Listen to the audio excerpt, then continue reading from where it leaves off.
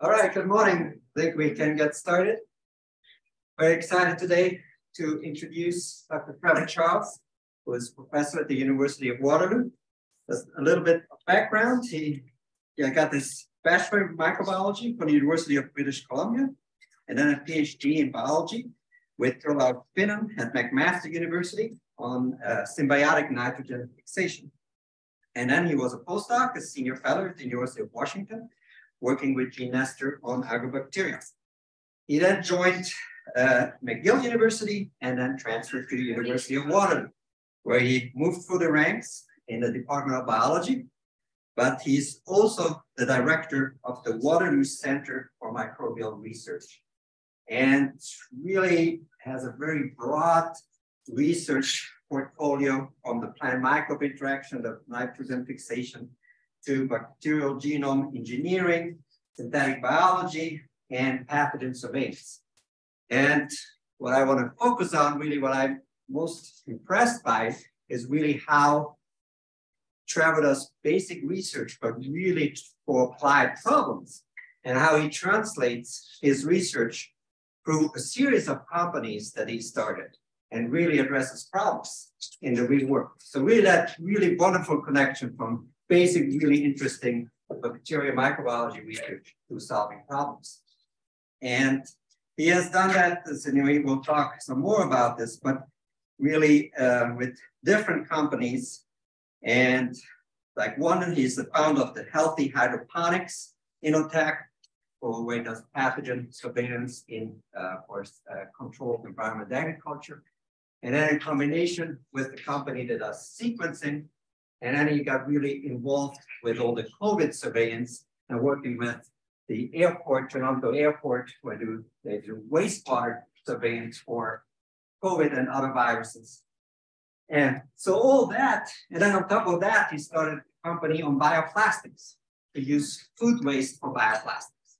So all really cool stuff and very important.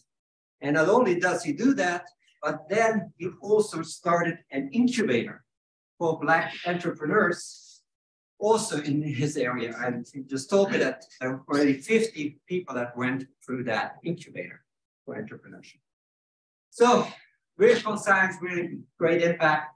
So really happy to have you here, Trevor. The floor is yours. Thank you, Boris, for that introduction. It's really great to be here. I gave a seminar at Virginia Tech 20 years ago in 2003, just before I came to do a sabbatical at what was Virginia Bioinformatics Institute. So I was here for about 4 or 5 months. Really had a great time. And so far, my visit has been great. I was in Danville yesterday and at the Controlled Environment Research Center there. And we're already starting a collaboration with them. And I've met so many people so far that I have research interests in common with. So the title is Phytobiome Management for Crop Production Under Controlled Environment Conditions. I'm not sure if that's really accurate, an accurate representation of what I'm going to talk to you about today. But I'll give you a taste of the different projects that we have in our lab and some of the commercialization that we're doing. So I'm at University of Waterloo. Metagenome Bio Life Science is sort of the core company that we started about 8 or 9 years ago. That we've got a lab off campus. It does DNA sequencing for microbiome analysis, microbiome characterization, and most of our clients are academic or some commercial, some companies, also some government labs as well. And that's really where we generate most of our revenue and allows us to do a number of other things. Healthy Hydroponics is a spinoff wholly owned by Metagenome Bio, and I'll tell you about another company later on. But really, all of the work that we do and all of the commercialization, we can sort of encompass by this whole idea of circular bioeconomy. And that's how I like to keep things in perspective, really. So just a little bit of background about how we came to where we are. I started off doing a lot of work in symbiotic nitrogen fixation, bacterial genetics, This was before the sequence of this organism, Rhizobum melliloti, before the sequence of any bacteria, in fact. And so we were using a lot of classical genetics. And a lot of that has to do with screening and selection, right? So the typical tools of bacterial geneticists. And, you know, we noticed some things that led us in certain directions. So here's an example of a mucoid phenotype, which is the wild type, compared to an exopolysaccharide synthesis mutant, which is dry. But we also stumbled on PHP synthesis genes. And those turned out to have a dry phenotype as well. And then this allowed us then to do some functional metagenomics to isolate novel PHB synthesis genes from metagenome. I'll talk about that a little bit later. We started working on soybean, did some work on started to do some work on microbiome analysis. And because we were working on PHB, PHB is a bioplastic. And so we got sort of introduced into this whole idea of, can we replace fossil fuel derived plastics with bioplastics? And that over the years has sort of, we started off trying to do this in Rhizobium, but now we've moved into Pseudomonas. So here's an example of those carbon stores. Initially, we were interested in how do those carbon stores fuel the infection of a nodule, right? So going from a rhizosphere, which is abundant in carbon, the bacteria can make a lot of the PHP in the rhizosphere, and then the bacteria actually divide through the infection thread as the nodule is forming. And we found that the mutants of this that can't make that PHB inside the cell, they're actually not very competitive in infection for the nodule. So we work a lot in PHAs, PHBs, and then we also started working on functional metagenomics. So basically taking DNA that you isolate from different environments, cloning that into vectors, and then screening using bacterial genetic techniques for different functions. Of course, we've all been affected by the pandemic. And when the pandemic started, we became really interested in, can we get some information from the wastewater? But we were looking at this from the sequencing side, since we were doing a lot of sequencing already of habitats, of environments. But nobody was really interested in that until they realized that, this virus is mutating, and it would be really, really useful to be able to find the variants of concern, what the relative abundance is in the population. Can we actually mine this? So we jumped on then to the qPCR effort that was already in existence, and we brought in some sequencing. So in Ontario, the province of Ontario that I live in Canada, there's a population of around 13, 14 million people. It's the largest province in Canada. And we have about 70% of the population of the province is covered through this municipal wastewater sequencing and qPCR. So it's wastewater surveillance. And all of these numbers are crunched, and you can see the pandemic isn't going away. We've still got a lot of COVID in the wastewater. And so this is continuing at least for another year, but we're now expanding it to other targets, and we're getting really, really interested in, can we use that for general pandemic surveillance? So this is actually clinical data, and you can see, different variants are replacing each other. This is the XBB.1.5, this one here, which is becoming dominant. It's the one that I had 4 weeks ago. I got my own sequence.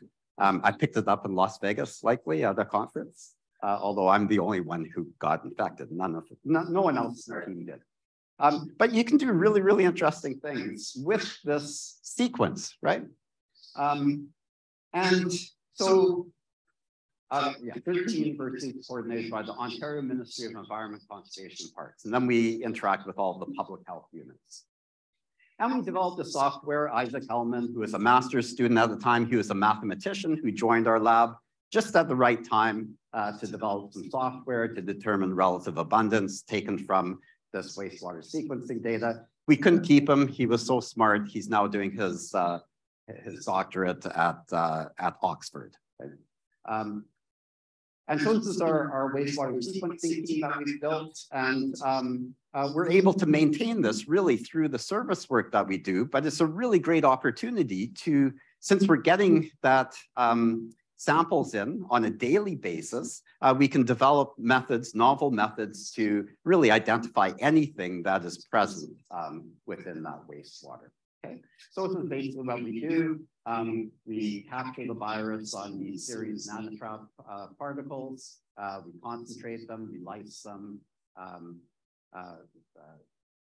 concentrate them a bit more, do the RNA extraction, real-time PCR, and then cDNA synthesis and next-generation sequencing on a mycete. And so this is the program, ALCO, that we use. It uses unique and shared mutations in sequence data to predict lineage frequencies, because what we're doing is we're not getting the whole sequence at once. We're getting little fragments that we have to piece together, right? So it's multiple amplicons across the genome. And so we need to use sort of a statistical analysis with knowledge of what the sequence is of all of the different variants, so what unique and shared mutations they have, to come up with an overall relative abundance. And that then allows us to call them the different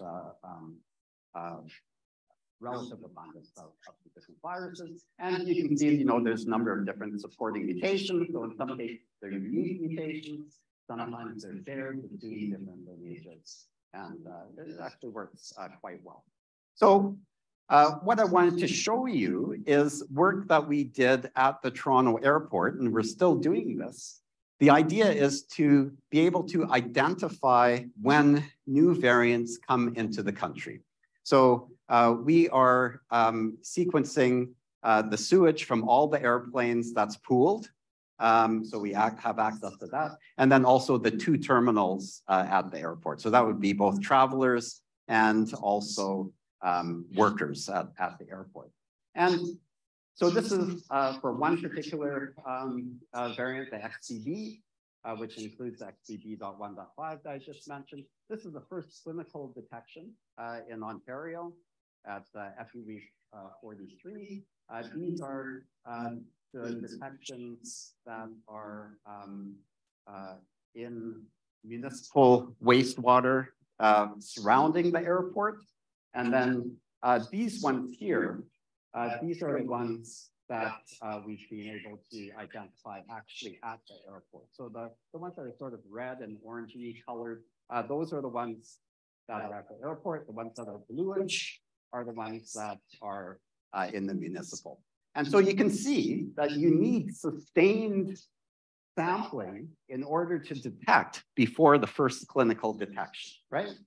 Because not all of them are detections, right? It's not coming in all of the planes on all days, but we clearly get a 3 or 4 week heads up that that variant is coming into the country. And then even afterwards, we're getting a lot more at the airport than we are at the municipal wastewater. Okay, so it's a very, very useful tool, and now we want to expand it to other viruses and other airports. Okay, skip this. Okay, circular bioeconomy. Why do we think of this in terms of circular bioeconomy? Maybe not so much the pathogen surveillance, although in a way, what I'm going to talk about for the controlled environment systems, a lot of what we do is pathogen surveillance, but not for COVID. It's for things like plant viruses and other plant pathogens. Okay, so that sort of fits in there. But we put this together really to tie in all of the different research that we're doing, whether it is in food waste to bioplastics or controlled environment agriculture, or really any other thing that we're doing. So our idea for food waste to bioplastics is working with some civil engineers to use anaerobic digesters or leach bed reactors to take food waste that can be post-consumer food waste or from restaurant. As it goes through the leach bed reactor, you get leachate with VFAs that you can then feed to the bacteria that ferment them to make bioplastics. And so we engineer the bacterial strains so that they can efficiently use that feedstock. And they can also make a broad variety of PHA bioplastics. And I'll give a little bit more detail about that later. Those bioplastics can then be made into bottles or wraps or, packaging for the food, right? Or for any other things. At the end of their life, instead of going to landfill, we can actually put them back through the fermentation because they're biodegradable, okay? So it'll be metabolic recycling rather than chemical recycling. And then the leach bed reactor or the anaerobic digester also gives us biogas, which we can use to run our greenhouse or indoor farm. One of the biggest challenges with controlled environment agriculture, although it minimizes the use of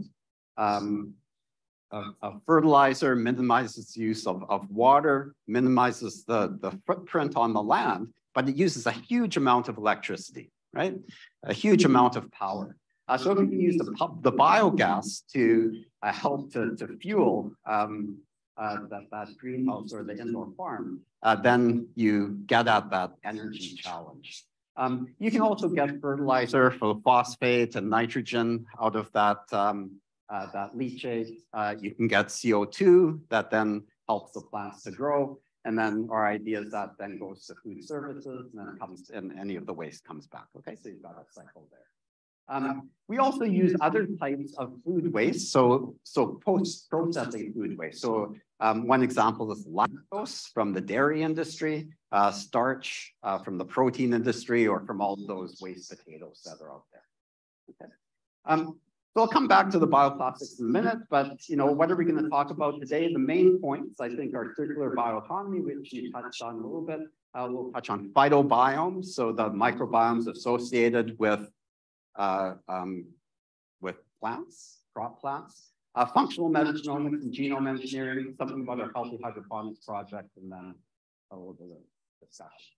So I was fortunate to be involved in an EU project called Microbiome Support, which really influences the way that a lot of us think now about microbiome, because what they did is they put food at the center of microbiome research rather than human health, right? Because if you put human health at the center, then it sort of dominates everything. But if you put food at the center, it brings everything else in. So agriculture, both animal and plant agriculture, it brings in the environment, it brings in human health, it brings in animal health. Everything is related to food. So I always like to bring that in as a touchstone. So let's spend a little bit talking about the bioplastics.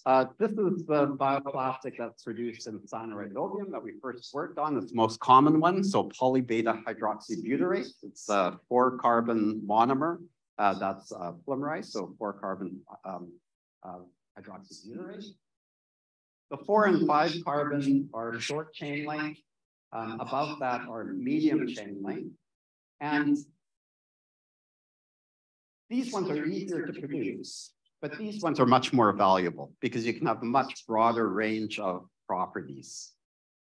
And this should be 6 to 12 carbons. Arantxa is a PhD student in a lot of this work. And what we want to be able to do is to match up the different copolymers that we can produce in bacteria with the properties of existing plastics so that we can replace the existing plastics with some of these materials. Okay. So here we have 2 different measurements. So one is Young's modulus, one is elongation at rate. Just to give you an indication of how these match up. So PLA is used quite a bit, so polylactic acid, and this is produced directly from corn, but it doesn't actually degrade very well, but it's a very common bioplastic. PHD is the one that we use here quite a bit. It doesn't have very good elongation at break. These ones here, as you go along this way, are more flexible. So we've got a number of range of different types of bioplastics, different properties. So how do we develop novel bioplastics, novel copolymers? We actually use functional metagenomics. So a number of years ago, we started something called the Canadian Metamicrobiome Library Project. And here we got soils from across the country, extracted the DNA and cloned them into metagenomic libraries. And we use cosmid vectors for this, just a little diagram of how we do this. It's technically pretty challenging to do it, especially when you're working with soil. You have to have you have to have DNA that's very high molecular weight, but also very clean. So we spent a lot of time working out those methods. And you package them using Lambda, you place them out in E. coli, and then we pool the clones and save them in freezers, right? So the best, this is the vector that we use. The best libraries had almost 9 million clones, which had the equivalent of almost 80,000 microbial genomes. And you can see there's a number of different environments there, a number of different soils, and then also human gut, which was Charles' gut microbiome, which is 6 semi-anonymous donors from my lab, myself included. It made it easier to get, we didn't need to have any ethics clearance for that, right? When you pool the food from everybody. So we have a collection of high quality metagenomic libraries suitable for screening. And so here's an example of a screen that you can do, right? So here we have a Pseudomonas putida mutant that can't make bioplastic, can't make PHA. And so we move the library into it just by conjugation. And you can see here, it's blown up a little bit here, but you can see that colony there is producing some polymer inside it, right? So you just pick that, you streak purify it. And so we did this, we got a number of different clones and we sequenced them. And we had a number of class 1. The class 1 make the short chain length. We had class 2, which make the medium chain length. And then we've got some others as well. But we really want to focus on the class 2 because they make the medium chain length, which are the more interesting ones. So we have a collection then that can make different types of copolymers. A collection of clones, and we narrow that down, of course, to the PHA synthase or polymerase enzyme.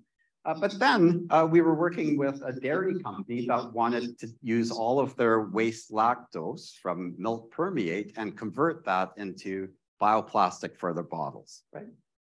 The big problem is that most Pseudomonas strains can't use lactose as a carbon source.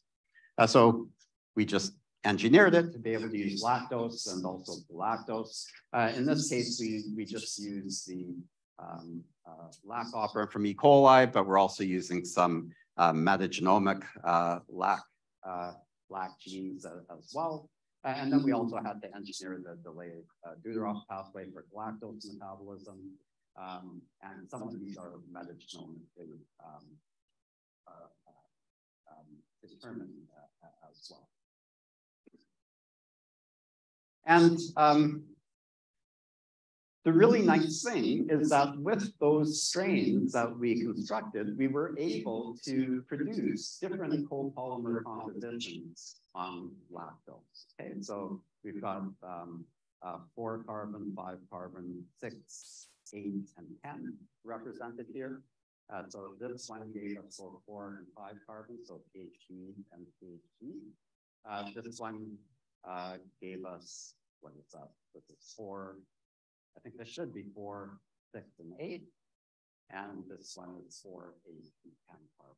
Okay, so just by using those different metagenomically derived PHACs, we're able to make different copolymer compositions. And so this is work with Fairlife is the company that is there, which conveniently is owned by Coca-Cola now. And so we thought, okay, this is working pretty well. let's form a company. And so we did this. Metacycler Bioinnovations is a new company, and it's also a new strategy for me, at least, in that it's a company that's actually partly owned by the university. So the university has a small equity stake. And these are the people actually leading the company. They're all trainees in my lab, except for Jonathan, who's the business guy, who is a PhD student at University of Guelph, another university. And these guys are really outstanding. I think that there's going to be great things coming from them. Okay, so now finally we get to talking about healthy hydroponics. So exploring the CEA microbiome. So CEA is controlled environment agriculture. And it's something that I've really become fond of, this whole idea of growing plants, crop plants under controlled environment conditions. And it's a lot more widespread than a lot of us realize. So here's a Google Maps or Google Earth depiction of this area here. So I live up here. This is Detroit.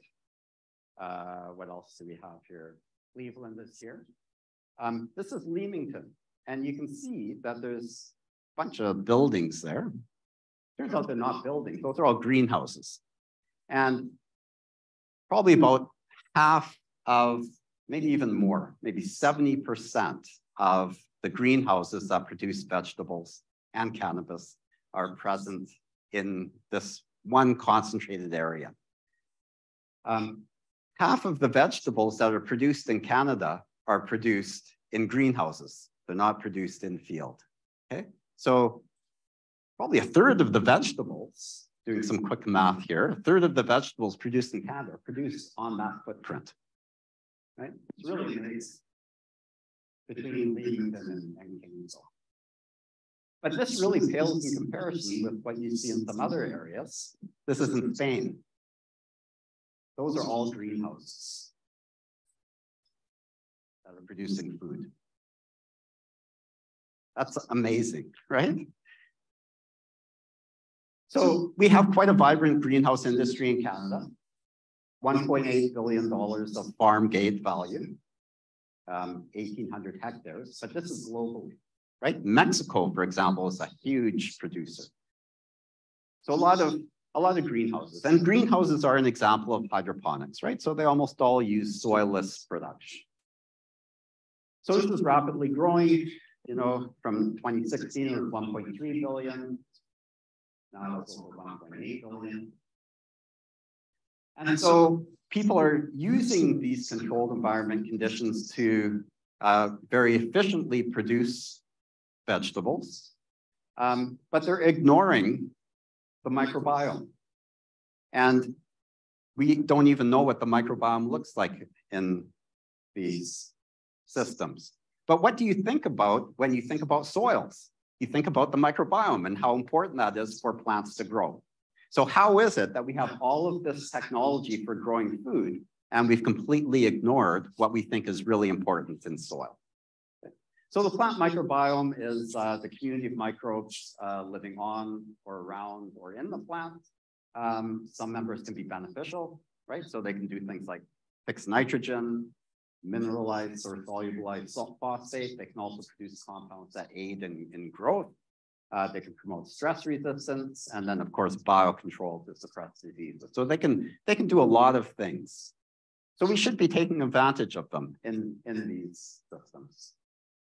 Here's an example of how you would grow plants in general greenhouse. So here we've got a rock wool bag. Okay, so you've got a substrate, some sort of substrate. There's a few different substrates you can use. Rock wool is a good one, but it doesn't provide any nutrients. All the nutrients come in through this nutrient solution distribution system that goes all throughout the whole greenhouse. You could actually use that to deliver microbes as well, if you wanted to. Or you could develop microbial communities that are particularly well suited to those systems, right? So those are some ideas that we have. And this is all automated. There's data that's collected every minute and fed into databases. And basically, they're mining photons, right, to produce food. But it's not only greenhouses. There's many other types of these types of farms. So we've got greenhouses, we've got shipping containers that have been modified to grow food using artificial light. LEDs have had a huge impact. We have vertical farms because since you now have artificial light, you can start going up and reduce the land footprint even more. You can use aquaponics, many different advantages. Local, they can be within municipal infrastructure, sustainable, scale is adaptable. You can get stable production when you're not, you don't have to deal with the weather, year-round production, reduced footprint, and it also addresses food insecurity in remote and urban communities. So in Canada, we're really interested in food production in our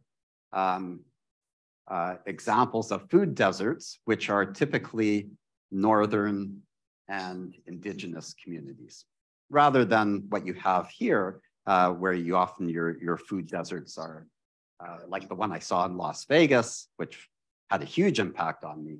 We had a tour to one where basically you've got a grocery store that's just all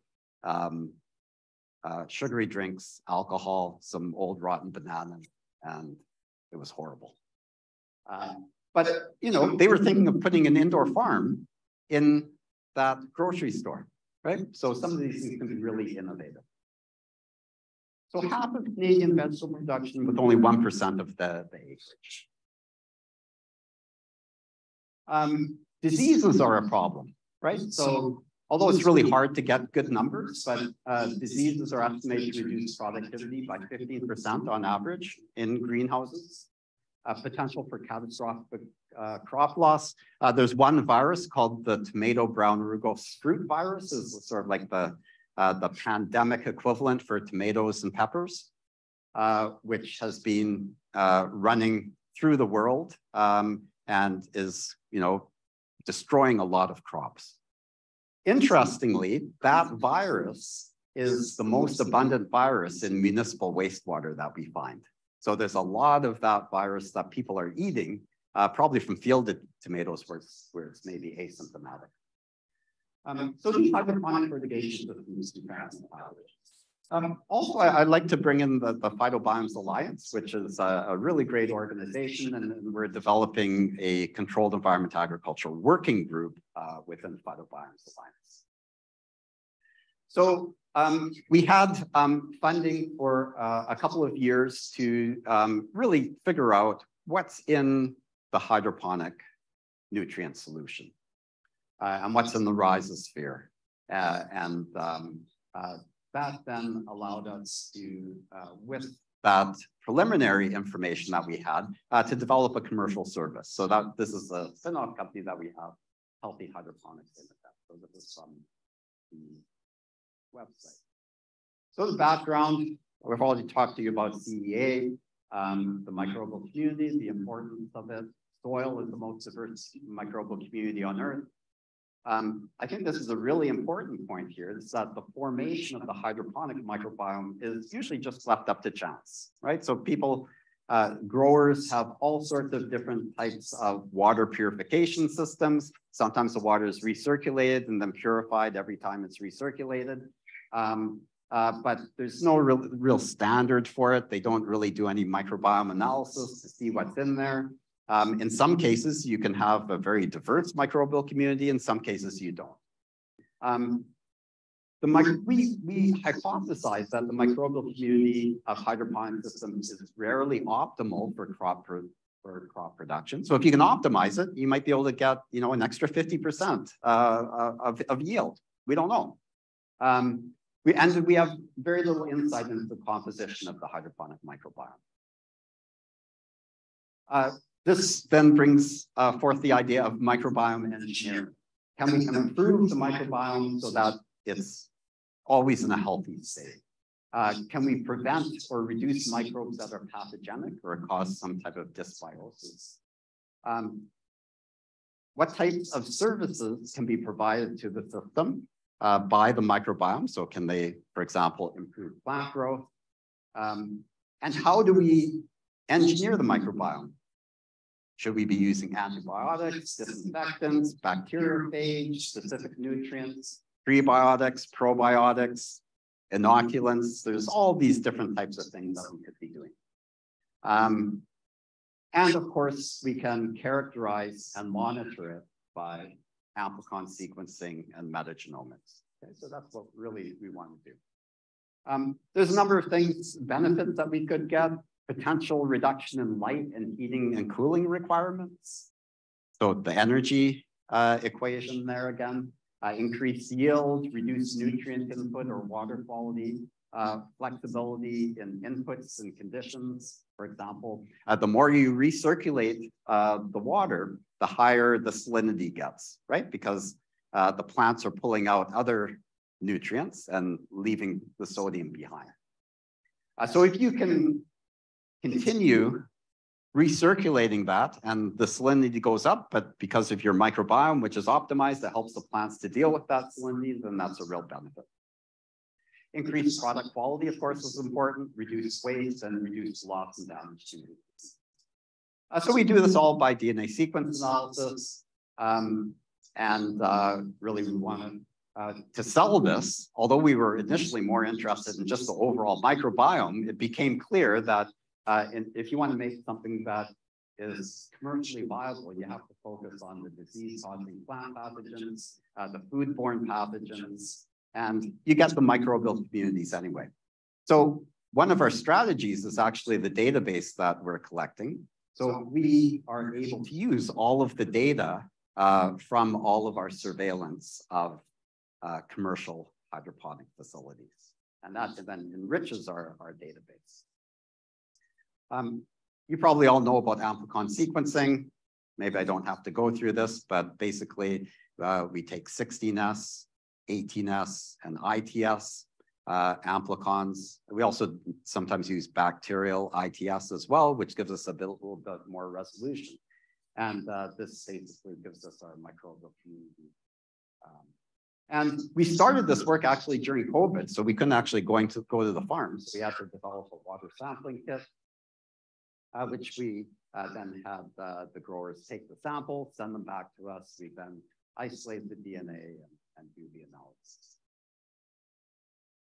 So our goal then is to implement this sequencing for hydroponic systems. We want to first monitor the baseline microbiome, track the crop disease-causing microbes, and then also the foodborne pathogens, and of course, many beneficial outcomes from that. So we had done some pre-work at one particular greenhouse that produced tomatoes, peppers, and cucumbers, all in the same system, or in 3 surrounding greenhouses. And one of the first things that we found is that the microbial communities are dominated by proteobacteria.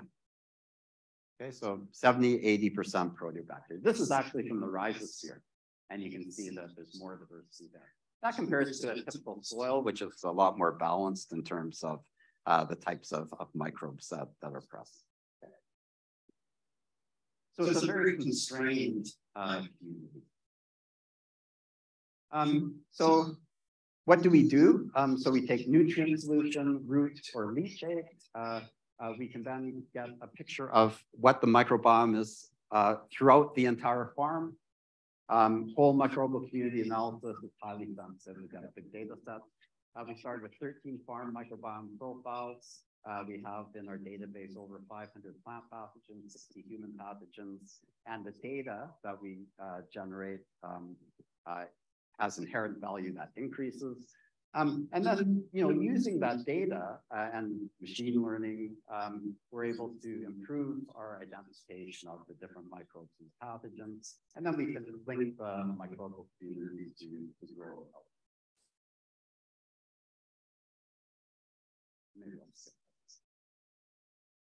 Okay, so 13 commercial vegetable farms were enrolled in the study. We also did cannabis as well. I'm not going to report on that here. many different types of technologies, 3 to 7 sampling dates per farm, and we also gathered additional data at each sampling that we can go back to then see if we can make any correlations between the microbiome and exactly what's happening on the farm. So the question then, what's there? What's the relative abundance? What's the relative abundance of the plant pathogens? How healthy is the hydroponic system? How can you actually determine the health? And then how do environmental parameters change when the microbial community structure changes? So I'll just give you a taste of some of the data here.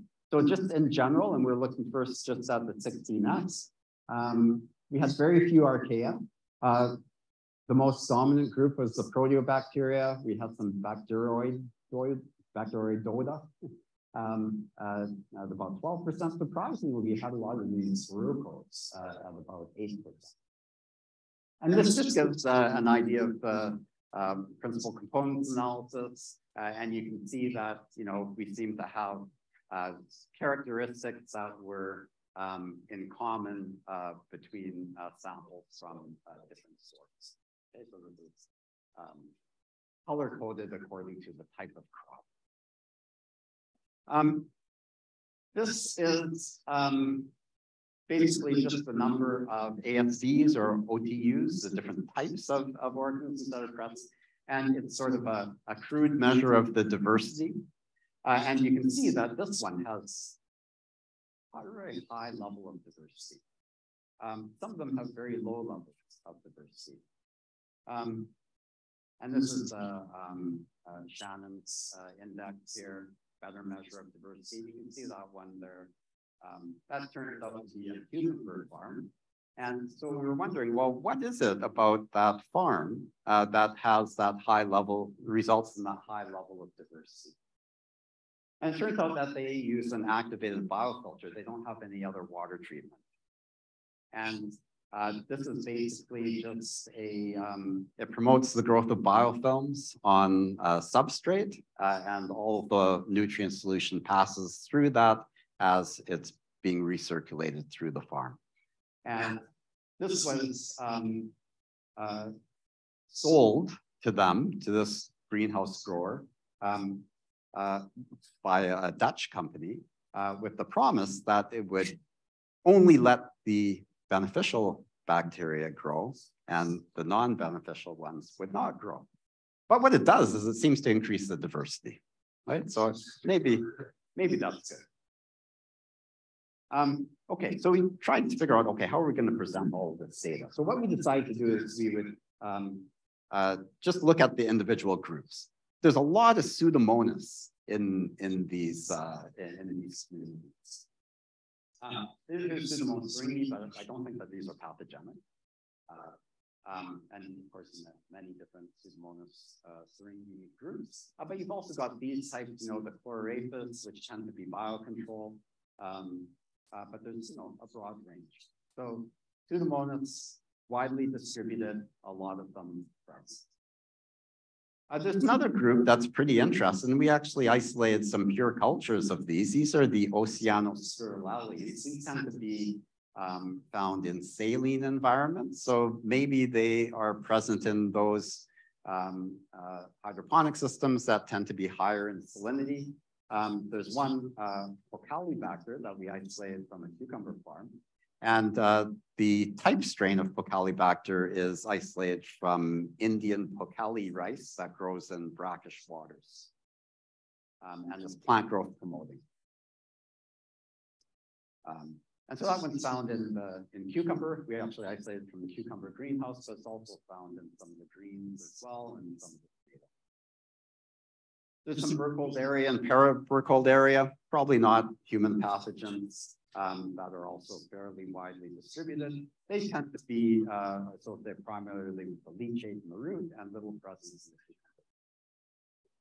Also, a surprisingly large amount of Flavobacterium, and we isolated some Flavobacterium pure cultures as well that happen to be plant growth promoting, and those in our pipeline to make new inoculant products. So they're present everywhere except for in berries. This was maybe a surprise. What type of organism do you often associate with soils? It's bacillus. We see very few bacillus. Only these two types. It turns out that those are bacillus that are added to the system because there's so many plant growth promoting bacillus products, right? So if those weren't added to the system, you would likely not see them at all, right? So bacillus does not persist at all in these systems, very low abundance. And there's some growers who will add bacillus on a weekly basis. I don't know how much that costs, but it must cost a lot. So we're now working with the growers to figure out, what type of information do they want out of a potential service. We came up with this type of arrangement initially for our reports, sort of give an indication of, and so here we've got agrobacterium, and we have some incidents here. And this is basically done by relative abundance here. And the reports were customized many different times. And we've tried to optimize it for the different types of crops and the different types of hydroponic systems. And we've got many different types of foodborne pathogens that we find there.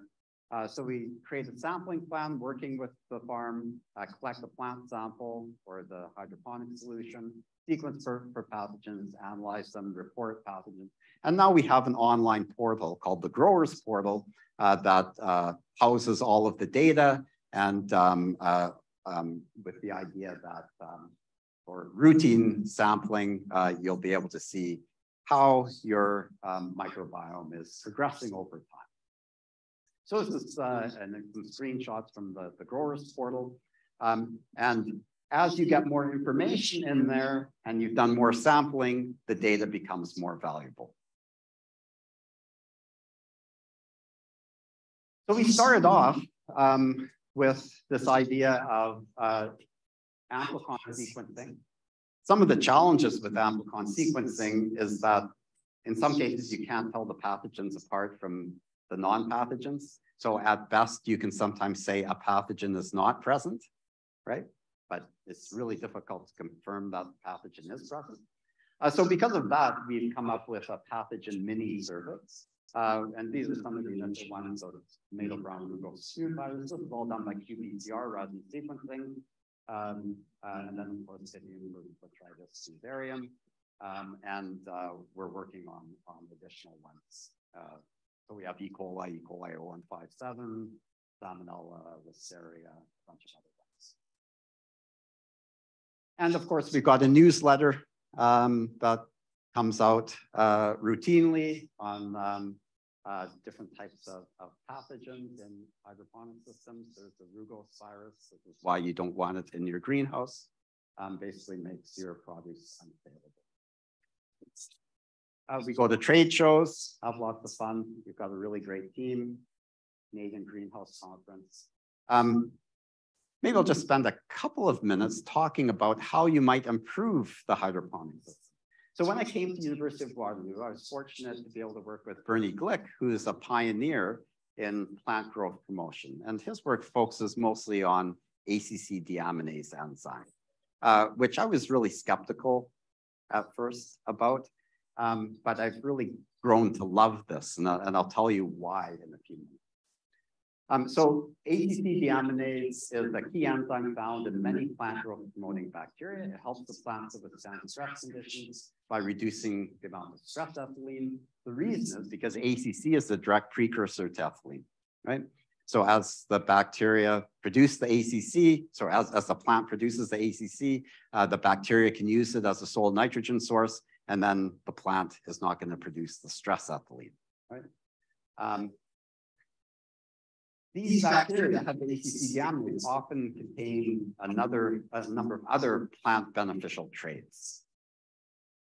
So this is basically what's happening. That ACC is consumed by the bacteria and it's shunted away from the stress ethylene pathway.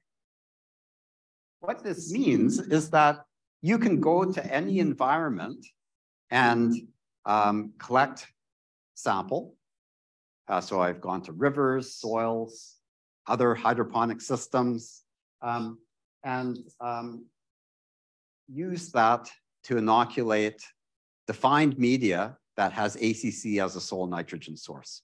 And you can pull out plant beneficial microbes. Everything that grows on that media has ACC deaminase. And so here's an example of how we did this many years ago. And so we isolate endophytes, and they all can promote the growth of, in this case, canola roots. Most of them, at least, we isolate a number of different types. We really focus on the Pseudomonas. But they can do things like allow the plants to grow even with high levels of salt, right? So here's without the inoculum, and here is with the inoculum with 10 or 11 grams per liter of salt. And these promote the growth of plants. So here we've got a Pseudomonas, another Pseudomonas, Labobacterium, and we were developing these plant growth promoting inoculants for many years, but we never tried to sell them. So in the last year, we formed a new marketing company called Earth Microbial, which is responsible for taking those products that we've developed and selling them. So this is a US company that we own. And here are our first products. And SIM is an ACC deaminase strain. And Guard is another plant growth promoting, which actually does really well on turf to reduce salinity.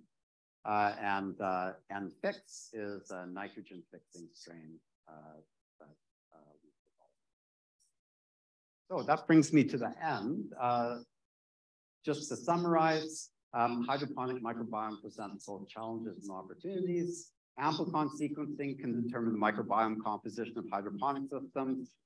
There's a broad range of microbiome diversity and composition, but it tends towards the lower end. There's a substantial number of uncultivated microbes in these systems. And, the question remains, how can we engineer the hydroponic microbiome for better performance?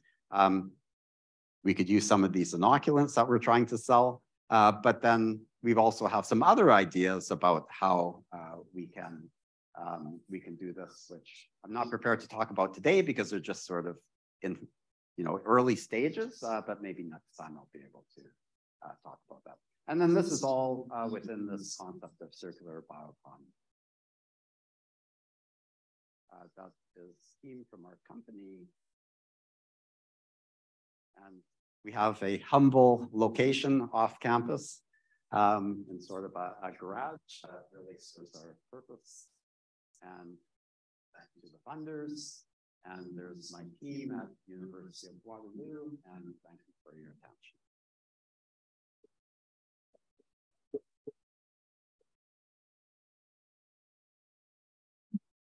Time for a couple of questions. Yeah, I had a bunch of questions, but I'll start with one and go around the room. But I was wondering on the CEA,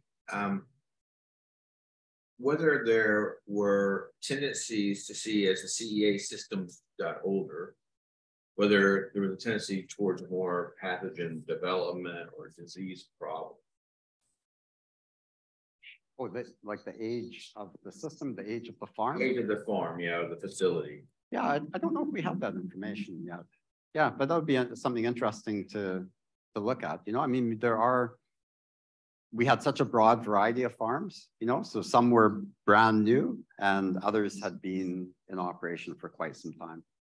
Yeah, it's interesting when I talk to growers, it seems like a lot of them are completely don't really think about it, at least early on. You look at the facilities and they're just sparkling, right? But yeah, interestingly, so that cucumber greenhouse that I mentioned that used the aeration tank, they had no problems at all with pathogens. They had no diseases at all. Yeah.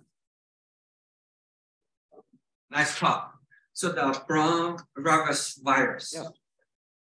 How quick this spread in the greenhouse? And once we find this virus in one or two plants, how they treat it?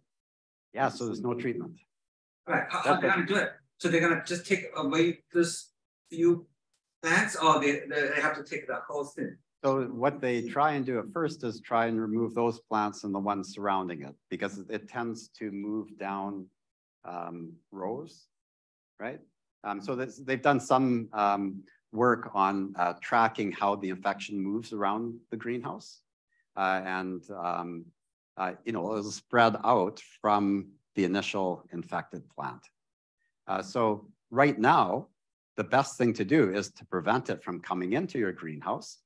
But one thing that we're learning now is that every worker that comes into the greenhouse is probably full of Rugose virus from dietary origin, right? There are some who've been able to sort of manage and still produce, but sort of at a lower level and sort of eke out some production. But it's really a balancing act. Once you get it in your greenhouse, it's going to spread through the whole thing.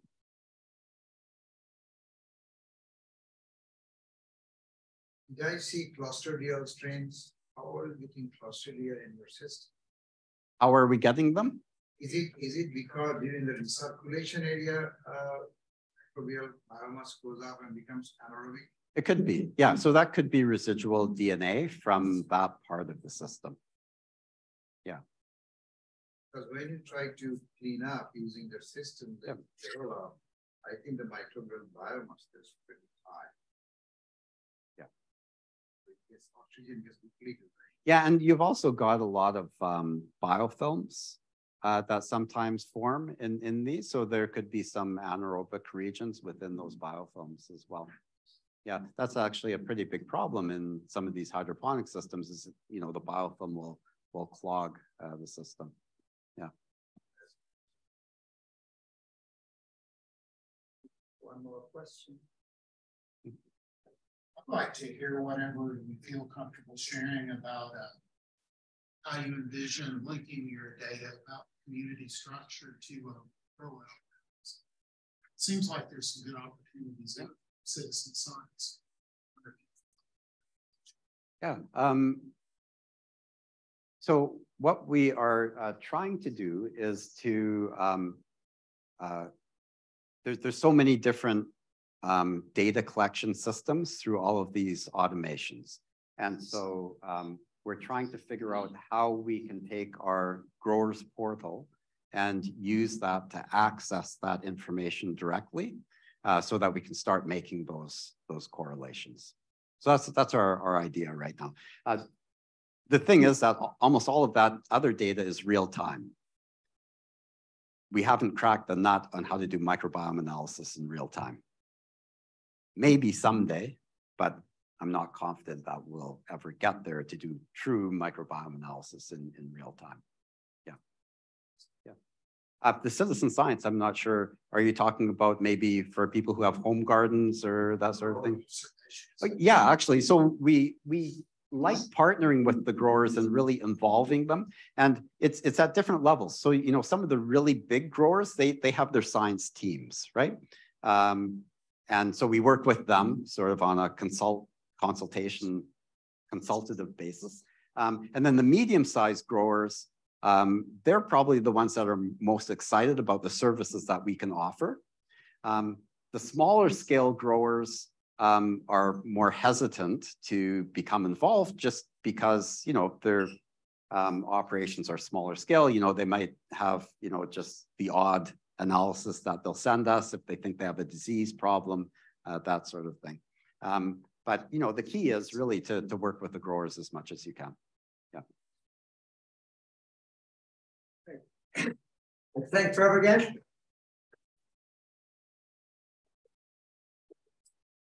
Really great talk, and I think we have quite a few students who want to go have lunch with you just across the hallway. So you just hang out and